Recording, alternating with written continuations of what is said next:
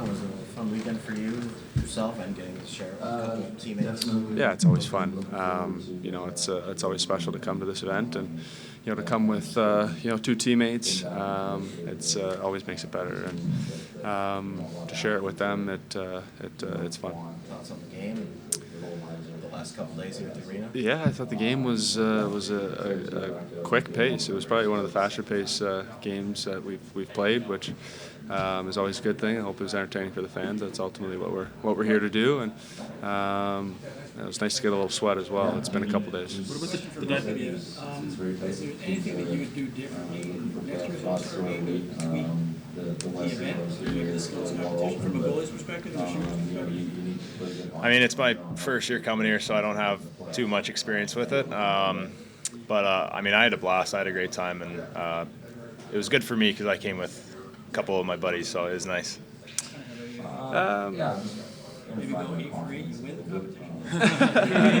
Yeah, I mean, it's there's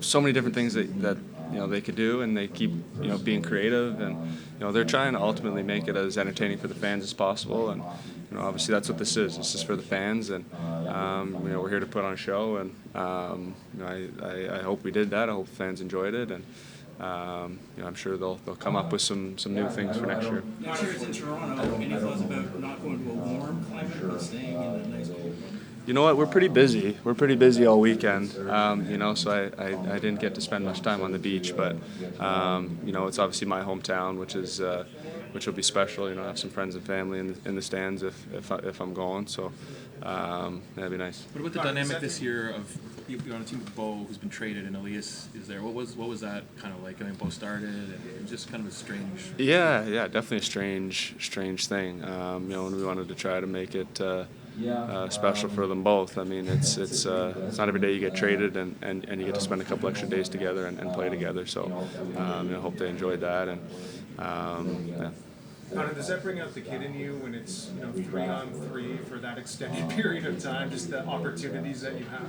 I think it brings out the kid in all of us. I mean, at the end of the day, we're competitors, and we're out there playing a game, and we're having fun. But at the end of the day, like I said, it's a game, and somebody wins at the end, and there's a little bit of cash at the end as well. And you can tell that both teams were trying. What about from your perspective? Is that just like kind of a nightmare with everything going on? No, it was fun. It was fun. Obviously going in cold, and then Keller made a nice move on me, so that doesn't make you feel good right away. But no, I had a great time. It was cool to see all the skill in front of you. I mean, you're having the best players in the world come down on you, 2-on-1s and breakaways, and so it was. I really enjoyed it. Connor, you guys were gaining momentum going into the break. How do you like the way that you guys are playing and continuing that down the stretch? Yeah, I like that. It hasn't been easy. It hasn't been easy at all for our group, and we've kind of had to battle for everything that we've got, and I like that. We're starting to find a little bit of traction, and we've always been a second half team for whatever reason. Even since my first year, we've always been better in the second half. So we'll definitely look to continue that. That being said, we're not going to hang our hat on that and expect that to carry us to the playoffs. There's a lot of work to be done, and looking forward to getting back and getting started. Stuart, follow up on that. How do you describe the group in that locker room when you guys have been able to turn this around? What's one word that comes to mind? One word that comes to mind.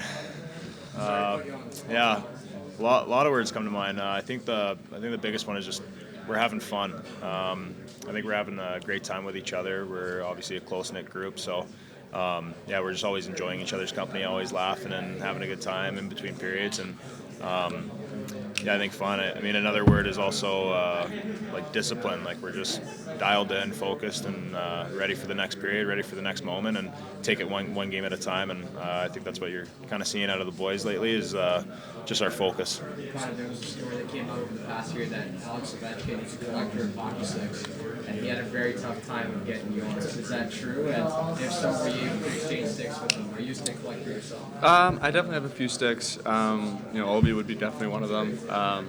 I can't remember why there was an issue. Sometimes it's just things happen quick, and the team's out, after the game quickly, and you forget or something happens. So, he's definitely got one of mine, and I got one of his, which is something that'll keep forever. I asked you this question yesterday. you're a big collector of items and memorabilia at events like this? I'm not really, which is stupid, but you know, I should definitely do more of it. You know, and definitely plan to do more of it as you know, things progress. Stuart, your first one of these, is it kind of something that you actually want to do this such a long road? Yeah, a little bit. Maybe not so much as just how cool it is to be around all these incredible players, but it's definitely sunk in after the last few days, just being able to be around everybody and hang out and being able to talk to all the guys. So it's been an unbelievable experience. Is there one big moment or takeaway you're going to bring back home? That's a good question. Honestly, just hanging out with the guys. Like it's been really cool being in the dressing room and being able to chat with Helly and Saros and being able to see the goalies and on the East too. And yeah, it's just pretty cool that you got to be in a dressing room and across from you is some unbelievable players.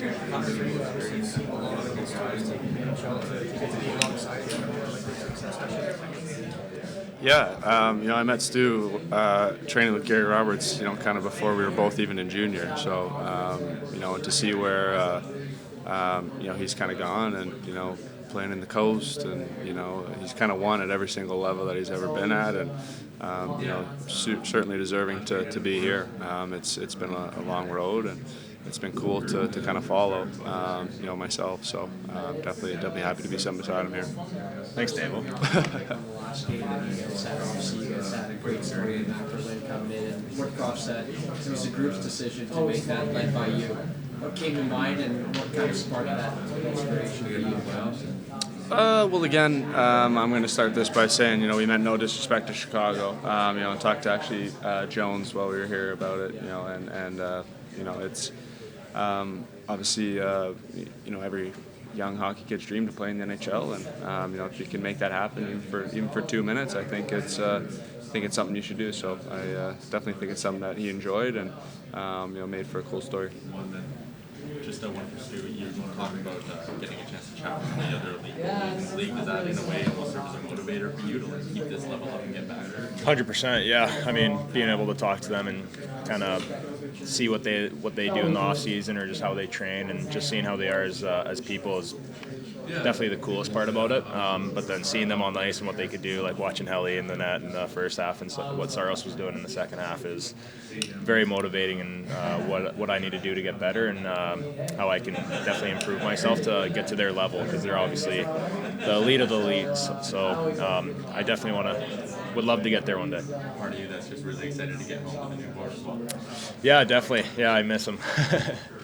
Connor, you obviously idolized Sid growing up, watched his game, studied his game. Now that he's 35 and still a lead player, is there anything that sticks out, like something you really appreciate him now? I mean, anytime that someone stays, as elite as he has for as long as he has, it's amazing to watch. And I think when you watch him, kind of from his early days to now, his game has changed, so many times over, and he always seems to find success. And I think that's what you got to do in this league to continue to find success. You got to keep, bringing in little tweaks to your game, little different things here and there to keep opponents guessing, and he's done that time and time again. It's amazing to see. What do you think of the flat curve he has for the backhand? Yeah, pretty wild to see. Somebody use that and be so successful. There's not much to that stick, that's for sure. But we play with a guy that used a pretty straight curve in Leo, and he's a pretty special player as well. So there's limits on curves of sticks. You ever wonder why and what would happen if you could put any kind of curve on your stick? I don't think there's an illegal stick thing anymore, right? So you could technically do whatever you want, and I've seen some crazy sticks out there, So guys certainly try different things, and whatever works for them, works for them. Can I ask both of you again about Jack, his adjustment to playing in a new city and the struggles early? It looks like he's sorted it out now. Just your take on your relationship and how he's coming along. Yeah, for me, he's been great. He's been a really good mentor to me. it's been a lot of fun being able to be his friend and be his teammate. I mean, he took me in right from day one, took me out to dinner, and we had a great time. And he's just one of those guys that's so genuine and so nice, and he's such a hard worker on the ice. I mean, that was definitely the first thing that I saw when I was practicing with him was that he never gave up on a puck, and he's so hardworking. And you see him doing amazing right now, and he's a fantastic goalie, and I love watching him play, and I learn so much from him. So he's definitely been a huge help for me. Just one more quick one for Connor, actually. The fan base has really latched on to the mullet theme you and Leon have going on. Have you given any thought to how long you're going to let the hair go? No, I haven't at all. I've gotten some mixed reviews, so as long as it's going over well at home, that's all that matters. So and it is so far. You're one of the most dynamic players offensively, obviously, but in terms of you have to play defense when the other team is on the puck. How hard is it to defend as a forward in this day and age with the way the game is called? I mean, you're down low, you're battling, but the league wants offensive numbers. Yeah, I mean it's something that I continue to work on and continue to try to develop. It's not the thing that comes natural to me for sure. I've definitely always naturally been more offensive, and that side of the game has quite come easier than the other side. But with that being said, I think our group of forwards has done a much better job at defending and being on the right side of pucks and. Reloading and doing all those things. So there's lots that goes into it, but I think our group's been doing better. How much do you work on face-offs? It's definitely something that I've worked on over the last couple of years, especially. I think it's an important part of the game, especially in the playoffs. Those key draws and key moments are really big. What's the key to a successful face-off? Is it getting down low? Is it the winners coming in? Is it? I would say it's just bearing down. Wanting it a little bit more than the other guy. I know that sounds cliche, but I think it's that's ultimately what it comes down to. Of course, there's technique and things like that, but just being solid in there and being strong and wanting to win it. Maybe the Logan Thompson story. He was playing at Brock University like 3 years ago. Now he's starting in an NHL or playing an NHL All-Star Game, #1 goalie for an NHL team.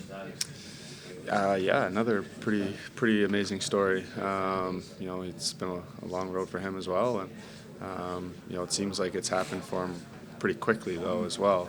Playing, as you said, playing at Brock only 3 years ago. So I think he got an opportunity and he seized it and he's kind of run away with it. It's that's what being an NHLer is all about. Stuart, let's see, kind of like, does it give you, when you look at like all the stories for how you guys have compared, does it give you anything just how tight the margins are to get that opportunity and just when you do have that window to take it? 100%. From experience, there's definitely times where you don't get a lot of opportunity, but when you do, that's what it depends on, is if you do seize it or not, and being able to take that opportunity and kind of run away with it. So it's, especially for goalies, like sometimes it takes a little while just to mature and grow up, and that was certainly what happened for me, and something very important, to grow up and mature throughout the game. What's the balance of using that as to avoid it being too much pressure, but also use it as motivation at the same time?